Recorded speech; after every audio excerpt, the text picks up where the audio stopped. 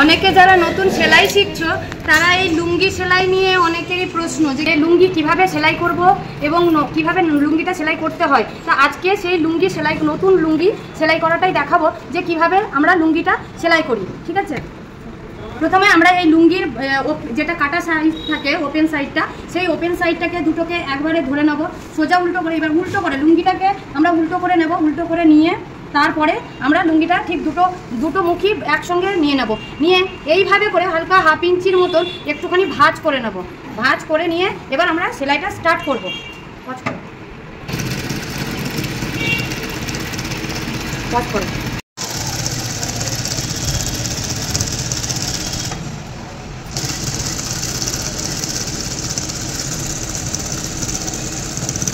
এই শেষে একটুখানি লক করে। এবারে এই সাইডটা তো সেলাই হলো, এবার ঠিক আমরা উল্টো দিক করে আমরা একটা চাপ সেলাই দিয়ে দেব। এবার উল্টে নিলাম, নিয়ে এভাবে করে চাপ সেলাইটা দিয়ে দেব এবং চাপ সেলাইয়ের মুখটা একটু হালকা করে লক করে নেব। লক করে ভেতরের দিকে যে সেলাইটা আছে ঠিক ওটাকে একটু আঙুল দিয়ে চেপে চেপে এভাবে করে আমরা সেলাইটা করে নেব। পজ করো। আমরা কিন্তু সেলাই করে একবার কিন্তু আঙুল দিয়ে দিয়ে বারে বারে চেপে চেপে আমরা দেখে নেব। পজ করো। এখানে শেষের দিকে একবার লক করে নিলাম। এবার আমি এটাকে উল্টে নেব। এবারে আমার এই চাপ সেলাইটা হলো। চাপ সেলাইটা হওয়ার পরে চাপটা দিলাম, চাপের পরে আবার লুঙ্গিটাকে উল্টো দিকে উল্টে নেব, যার উপর চাপ দিলাম।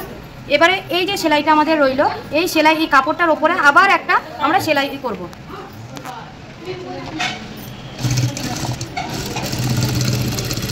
এইভাবে করে পুরো লুঙ্গিটাকে আমরা সেলাই করে নেব।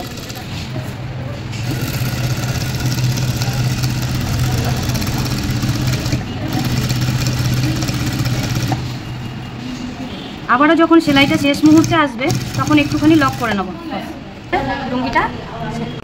দেখে নাও এবারে সুন্দরভাবে লুঙ্গিটা সেলাই হয়ে গেছে এবং আমাদের জয়েন্টও হয়ে গেছে। তাহলে লুঙ্গি সেলাই করা নিয়ে আর কোনো সমস্যা আর থাকলো না।